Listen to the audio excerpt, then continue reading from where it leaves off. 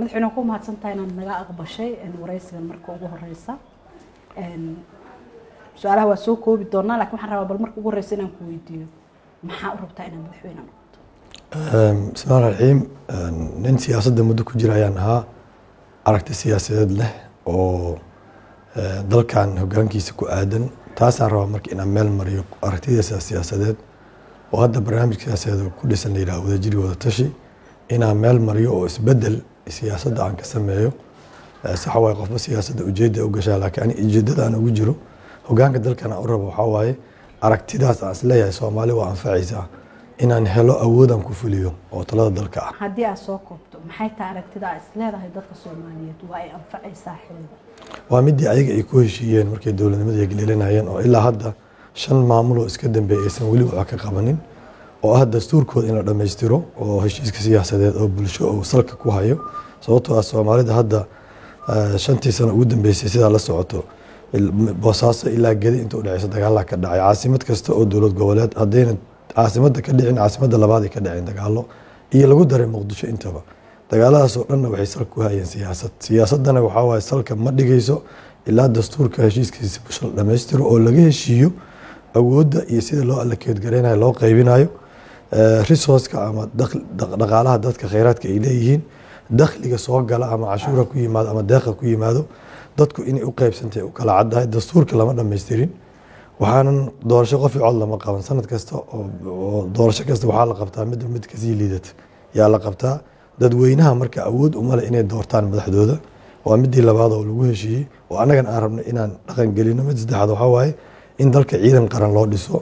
amisoomna looga maarmo al-shabaabna dalka ka xoreeya ama gaarsiiya heer ay wada hadal ogolaadaan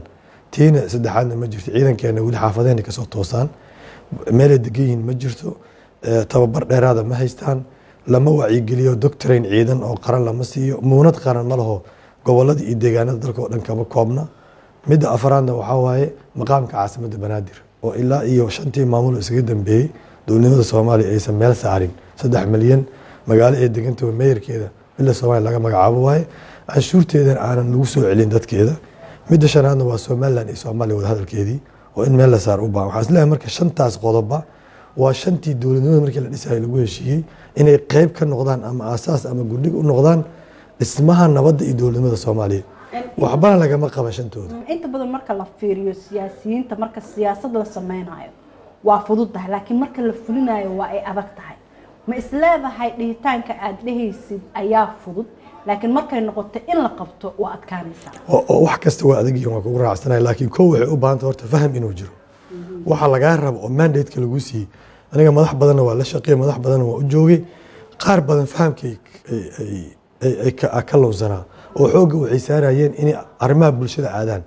oo waxay dhahayeen waxaan sameynaynaa degmo kasta waxaan ka dhisaynaa iskool waxaan ka dhisaynaa saldhig boolis waxaan ka dhisaynaa maxkamad sidii in loo diray arrimaha bulshadana sax waa muhiim waana wax important ah laakiin urgent ma waxa la rabo oo waajibaadka dastuuriga ah ee dhameystirka dowladnimada u baahana ka horeeya ayaga sababtoo ah hadda maanta iraado waxbarasho ka qabanaya dowladda dakhliga 300 milyan oo yahay sanadkii suuragal ma aha marka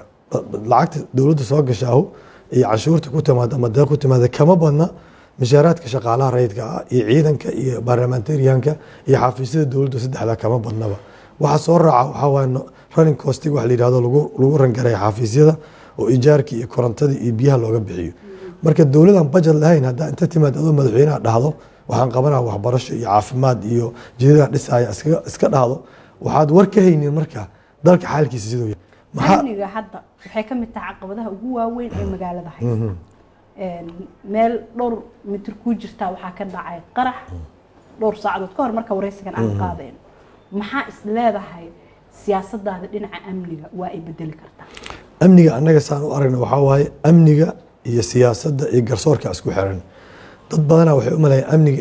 inuu ka soocan yahay ama ka takooran yahay waxyaalaha kale kama takoorna haddaana siyaasadda laysku ogolayn amni ma jiro sababtoo ah argagixisada aan la dagaalaynay al-shabaab waxaa amni darada u baahan waxaa sababo waa argagixisada al-shabaab marka waxay ku dhex nool yihiin dadka ma aha ciidan confessional oo deegaan leh hubkooda aa garanayso dhufaysyo u qodan ay jiraan meela uga hagaagaysa ma jiraan waa ciidan ku dhex jira dadka marka waxay ka faa'iidaan dadka khilaafkooda waxay ka faa'iidaan dadka ayagoo qaba grievanceska ama hurgumooyinka qaba waxay ka faa'iidaan dadka opportunity-ga haysan oo dhalinyaro u badan inay fursado siiyaan oo ay lacag ku siiyaan inay waxaan ka qayb qaataan qaarkoodna way barnaamijgareen ideolojiyad qalad ayay ka dhaadhiciyaan marka haddaana marka siyaasadda heshiis laga hayn soomaalida waxay tiraa dhaqankeena baadiyo uu salku leeyahay ceeleye markii heshiisaha waxay dhahaan geel xooluhu biyo cabaan ceeleye waa ragga ceelka aadaya marka hore waa inay ka heshiiyaan sida uu geelooda u biyo cabayo marka haddaana siyaasadda heshiis laga hayn amni ma jiri karo because amnigan heshiis lagama noqon karo haddaanan marka garsoor jirin cadaalad ahna ma dhici karto inuu amni jiro sababtoo garsoorku wuxuu qeyb ka yahay amni siyaasadda hadda siyaasadda waxay keenaysaa kasoo qaad waxyaalo simbalo iska sahlanoo waxaa jira amniga qeybka IDPs oo kale dadkan hadda kusoo qaxay magaalada gudaheeda hadda caasimadda markaan ka hadalno kumanaan kun tobanaan kun oo waxaa jira dad magaalada kusoo qaxay ah meelaha ay degan yihiin waa meelaha laga yaabo inay u nugul yihiin inay kuwa qaraxyada sameynaya ay kusoo dhex sameeyaan ka imaadaan haddaana marka dadkaas lala tacaalin oo loo raadinin deegaan meesha ay ku nool yihiin noloshooda kamid amnigay qeyb ka yihiin amni marka ciidan keliya iyo la tababaray iyo boolisma waa siyaasadii waa garsoorkii waa noloshii kale oo dadkii wax laga qabto laakiin waxa ugu muhiimsanaha waxay tahay amni haddii la rabo in la qabto shabaab dadkay ku dhex nool yihiin waay dadka ay u dhex nool yihiin annaga waxay ku fashilmeen adeena sirdoonka inay ogaadaan afarta kategori ee shabaab kale yihiin yaa maslaxad ugu biiray yaa xukun ugu biiray yaa hurgumo ay qabaan dadkooda ama deegaankooda ugu biiray yaa ideology ugu biiray inay intelligencega report keeni lahay ma hayna intelligencega wuxuu ku mashquulsan yahay qaybihii kale oo dowladdu ahaa mucaaradkii iyo maamul goboleedyadii ku mashquulsan yahay marka haddii la kala mudnaan siiyo oo la kala saaro hay-adaha amniga mid walbana shaqadeeda loo daayo professionkeeda iyo xirfadeedana kor loo qaado in wax laga qaban karaan aaminsanahay aniga amniga saan isleeyahay waxaa hadda issharaxay oo qaatay shahaadadii oo lacagta 40,000 oo dollar ah oo diiwaangelinta bixiyay 39 musharax magaalada waxaa ka socda ololayaal xoog badan marka laga tago lacagta diiwaangelinta kasoo xarootay milyan iyo barka ka badan dhinaca kalena waxaa la leeyahay magaalada dhaqaalo badanaa socda ma isleedahay siyaasadda ayaa ah hadda ama ha noqoto hawsha ugu xoogan ee dalka ka socota intii ay noqon lahayd xilli abaaraa lagu jiraa xilli dhib badanaa lagu jiraa in nolosha soomaalida dhan hadda ay u muuqato siyaasadda nolosha dhanaaba siyaasad ah wax kasta oo nolosha asalkeeda wuxuu yahay siyaasad laakiin dhibka jira wuxuu yahay waa runta arrimaha humanitarianka ama duruufta abaaraha ee jira dadka ka badan 1 milyan ee kasoo barakacay abaar soo barakacay xaafadahooda waxaa mudnaanta in la siiyey ahayd laakiin waxaa keenay inay daba dheeraatay doorashadii inay daba dheeraatay wadankii inuu galo hubanti la-aan siyaasadeed firaaq dastuuri oo galay dhibaatada hadda jirta haddii saan kusii socoto doorasho aysan dhicinin oo hubanti la-aan siyaasadeed aan laga bixinin oo aanan firaaqa dastuuriga dhammaanin abaarta iyo dhibaatada insii kordhaysaa un sababtoo abaarta in wax laga qabto waxaad u baahan tahay dowlad inaad sharciyad haysata oo dadka Soomaaliya adduunka abiil u jeedisa in laga kaalmeeyo haddaana dowladdii lahayn abaarta way kasii daraysaa un laakiin saxa tahay waa la soo jeedi karay in lacagahaas laga qaadayo fiiga ah in lagu celiyo dadka tabaalaysan oo abaarta wax looga qabto aniga waa ila fiicnad haddii la yeeli 1 milyan iyo ziyaadada in la yiraahdo dadka biyo dhaamin iyo kaalmo iyo dadka soo qaxay loogu sameeyo intii meelo kale ay ku bixileed waa fiicnaa lahayd in waxa kale si fiicnaa lahayd lacagaha lagu bixinayo kambeynka iyo qarashaadka in waxa lagu kambeyn gareynayo ay noqoto yaad caawiso qaxooti ah iyo abaarta caawisay dadka adduunka waxay ku tartamaan dadku wanaagga ay qabtaan laakiin siyaasaddan hadda wanaaggaas iyo horumarkaas weli ma aysan gaarin runtii adiga hadda ka hor dowladda hadda joogta waa ay ku soo weerartay waliba gurigan hadda aan ku suganahay lagu soo weeraray madaxweynaha xilka haya iyo ra'iisul wasaaraha xilligaas xilka hayana hadda waxay ka mid yihiin musharaxiinta aad tartamaysaan maxaa idinka dhaxeeyo aragti siyaasadeed ah maxaad is leedahay weerarka lagu soo qaaday waad ka barantay oo waa ku dabaqi doontaa siyaasadaada soo socda inta badan dadku marka wax lagu sameeyo waa xanaaqan waa argutaan in badan dad badanna wixii lagu sameeyay waxay isku dayaan inay dib u dhicin aniga waxaan ka ahay waxaan u socdaaba hadda heertaan wixii aniga ugu dhacay muwaadin kale oo Soomaaliyeed ku dhicin oo ah in lagu xadgudbo hantidiisa iyo naftiisa iyo maalkiisa ayadoona wax sharci dowladeed aan loo haysanin aniga markii la soo weeraray maxkamadna waran lagama haysanin dambi lagu soo oogana ma jirin dadkii gurigan joogayna qaar kamidana waa la laayay anna waa la dhaawacay dadkiina waa la argagixiyey hanti badanna waa lagu billaqaystay meesha inay taas dhicin waa wax aan rabno inaan ko horta aan annaga aan xaqiijino haddii talad ilaahay guuleeyo isku siyaasad mani hadda isku siyaasadna maba idileenba waa kala siyaasad duwanahay aniga waxaan qabaa siyaasad oo dulqaad ku dhisan oo qofka kaa ra'yi duwan inaa xamili karto waxaan qabaa siyaasad mucaaradka iyo dowladdu inay laba kale yihiin dad badan oo Soomaaliyeed oo hadda madaxaas ay ku jiraan waxa iskaga qaldanaa saa isleeyahay aniga mucaaradka ayay dowladda ka saarayeen marka waxa iskaga qaldanaa xukuumadda iyo dowladda annaga dowladda waxaan u haysanaa calanka dhulka hay-adaha dowladda wada dhan oo baarlamaanka iyo garsoorka iyo laanta fulinta ay kamid yihiin iyo shacabka intaba inay dowladda yihiin aan aaminsanahay ama qarankii ay yihiin xukuumadda inta talada haysa ay tahay marka kuma qasbani anigu dowladdan kamid ah laakiin xukuumadda kamid miyi waana midda aan rabo 5 sano dadka aan barnay haddaan xukun iyo tala helnaan dadka aan fahamsiino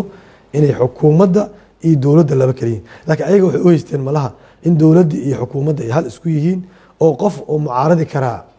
qofkii mucaarada xukuumadda inuu mucaaraday dowladda sababtoo waxayna dhihi jireen qaran dum isaatihiin marka su'aasha ugu dambaysa rabo inaan ku weydiiyo